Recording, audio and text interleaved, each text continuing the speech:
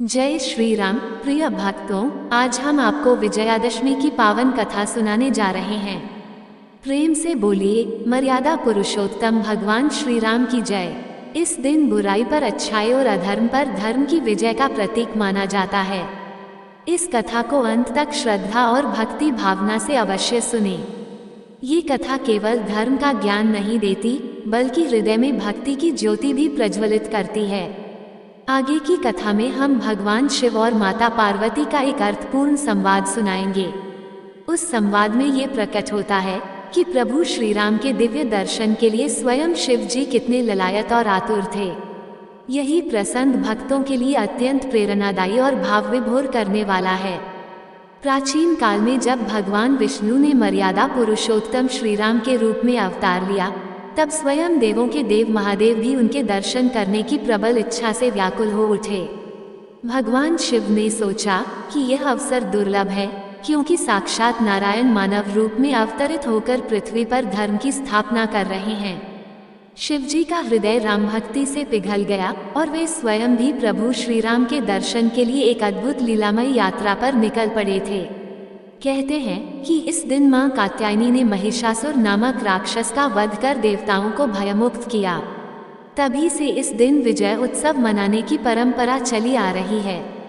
इसी कारण इसे विजयादशमी भी कहा जाता है। विजया माता का एक नाम भी यही है। ये पर्व प्रभु श्री राम और भगवान कृष्ण के काल से लेकर आज तक अत्यंत श्रद्धा के साथ मनाया जाता रहा है। माता द्वारा महिषासुर के वध के बाद से ही असत्य पर सत्य की विजय का ये पर्व और भी महत्वपूर्ण हो गया। श्री वाल्मीकि रामायण के अनुसार भगवान श्री राम ने ऋषिमुख पर्वत पर आश्विन मास की प्रतिपदा से नवमी तक आदि शक्ति की उपासना की। दशमी तिथि को उन्होंने रावण का संहार कर धर्म की स्थापना की। इस दिन नीलकंठ पक्षी का दर्शन भी अत्यंत शुभ माना जाता है, क्योंकि इसे भगवान शिव का रूप कहा गया है। इसी दिन पांडवों ने अज्ञातवास समाप्त कर शमी वृक्ष से अपने शस्त्र पुनः धारण किए। इसके बाद उन्होंने कौरवों पर विजय प्राप्त की। तभी से दशहरे पर शमी पूजा का महत्व बना हुआ है। मान्यता है कि कुबेर देव ने राजा रघु को शमी के पत्ते स्वर्ण मुद्रा में बदलते हुए वरदान दिया। तभी से शमी को सोना देने वाला वृक्ष माना जाने लगा।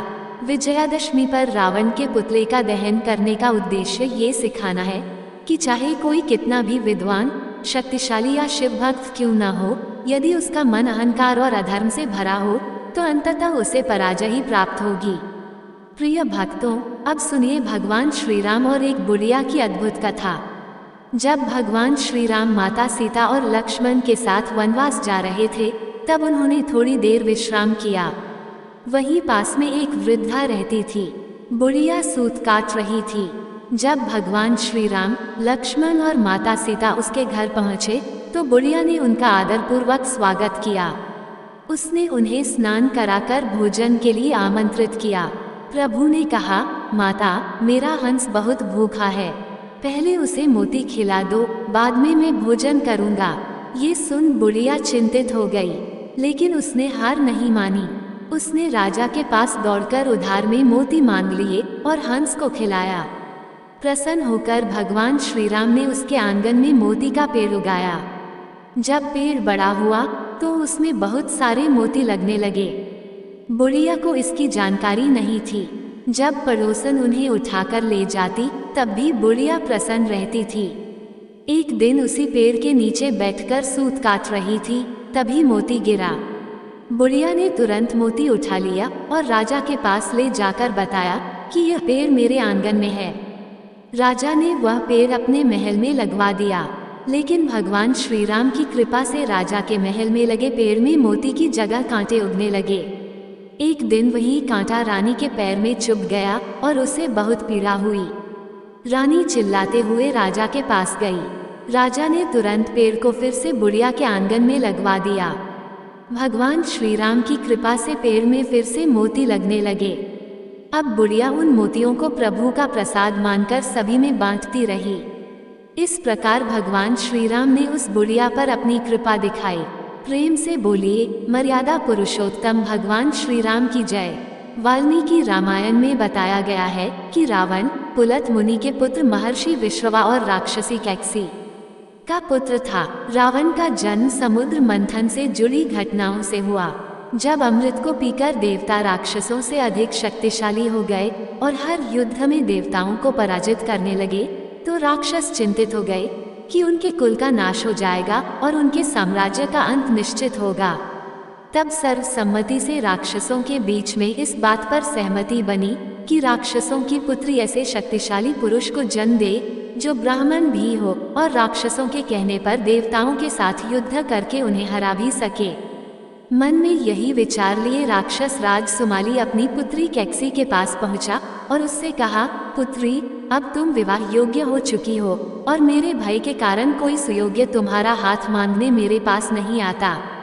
इसलिए मैं चाहता हूँ कि तुम राक्षस वंश के कल्याण के लिए महापराक्रमी ऋषि विश्रवा से विवाह करो तथा एक तेजस्वी और पराक्रमी बालक को जन्म दो। फिर क्या था, कैकसी ने अपने कर्तव्य का पालन किया। अपने पिता से आज्ञा लेकर वह ऋषि विश्रवा से मिलने के लिए पाताल लोक से पृथ्वी लोक को निकल पड़ी।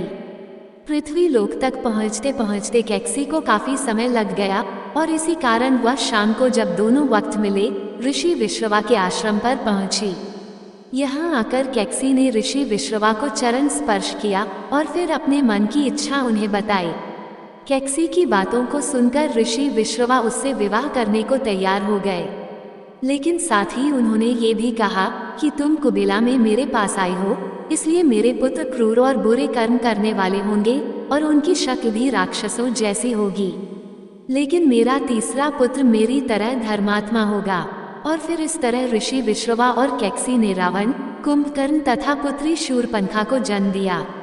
सबसे आखिर में और तीसरे पुत्र के रूप में धर्मात्मा विभीषण का जन्म हुआ। लंका का राजा रावण अत्यंत शक्तिशाली और विद्वान था। उसे शिव भक्त, वेदों का ज्ञाता और महान योद्धा भी माना जाता था, लेकिन वह अत्यधिक अहंकारी और दुराचारी हो गया था। उसकी बहन शूरपणखा का अपमान श्री राम और लक्ष्मण जी ने किया था, जिसके बाद बदला लेने के उद्देश्य से रावण ने छलपूर्वक भगवान श्री राम की पत्नी सीता जी का अपहरण कर लिया और उन्हें लंका में ले आया। सीता जी को रावण ने अपने महल के बगीचे अर्थात अशोक वाटिका में रखा। वहां वह उन्हें बार बार अपनी पत्नी बनने के लिए कहता था, लेकिन सीता जी ने इस प्रस्ताव को ठुकरा दिया और केवल श्री राम की प्रतीक्षा की।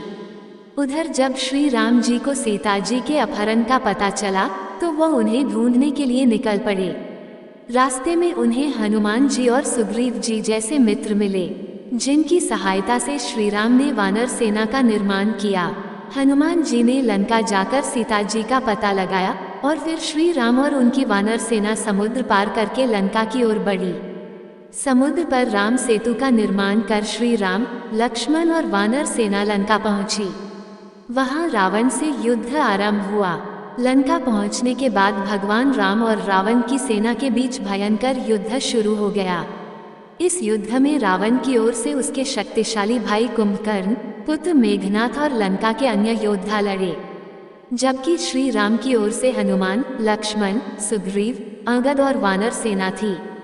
युद्ध में श्री राम के भाई लक्ष्मण जी गंभीर रूप से घायल हो गए थे, लेकिन हनुमान जी संजीवनी बूटी लेकर उन्हें बचा लाए।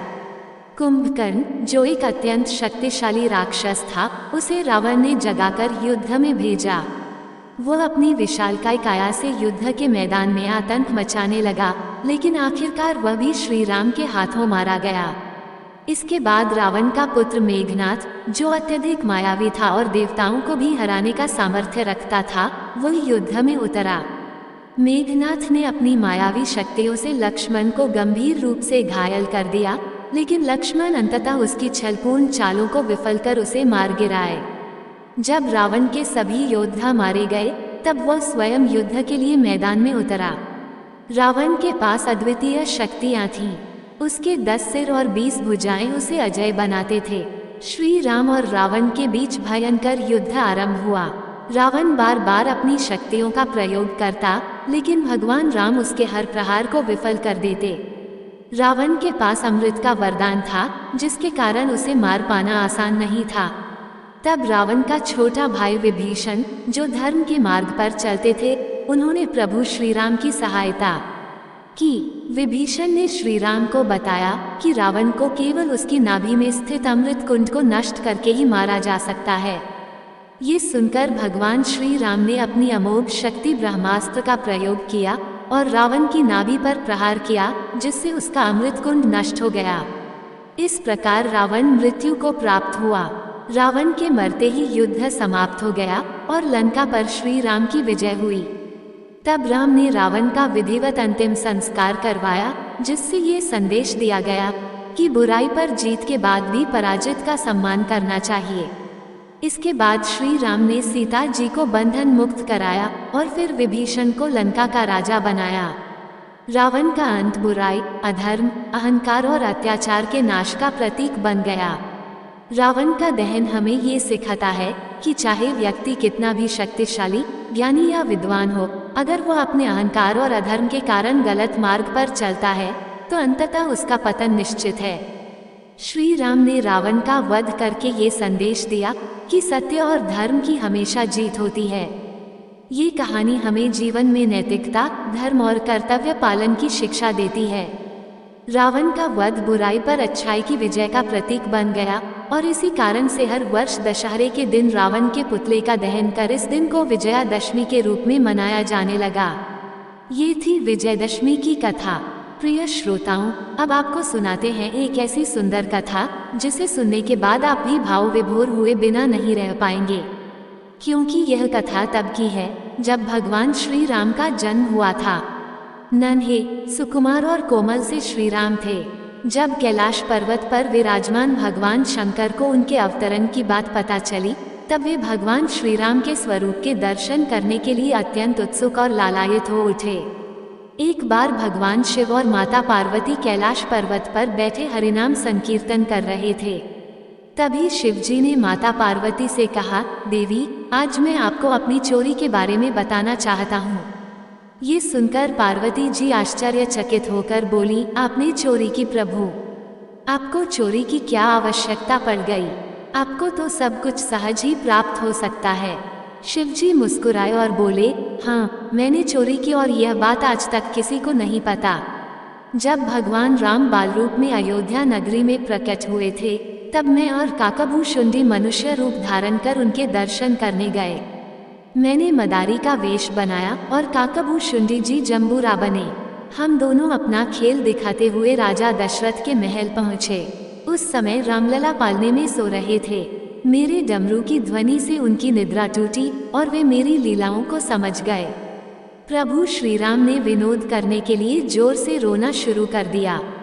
ये देखकर माता कौशल्या ने सैनिकों को आदेश दिया और हमें महल से बाहर भगा दिया। रात हो गई पर हम दर्शन के लिए तड़पते रहे। सरयू तट पर बैठे काकभूषुंडी ने पूछा, अब क्या करें महादेव? शिव जी बोले, कल देखेंगे। अगला दिन हुआ तो मैंने ज्योतिषी का रूप धारण किया और काकभूषुंडी मेरे चेले बने। हम पुनः दशरथ महल पहुँचे और भविष्य बताने लगे। तभी एक दासी अपने बच्चे के साथ आई। मैंने उसके बच्चे का सटीक भविष्य बताया और दक्षिणा में केवल यही मांगा कि हमें महल में प्रवेश दिला दे। दासी ने जाकर राजमाता कौशल्या से मेरी खूब प्रशंसा की। कौशल्या जी ने मुझे महल बुलाया, चरण स्पर्श किया, आरती उतारी, भोजन कराया और चारों राजकुमारों को मेरे चरण छुआए।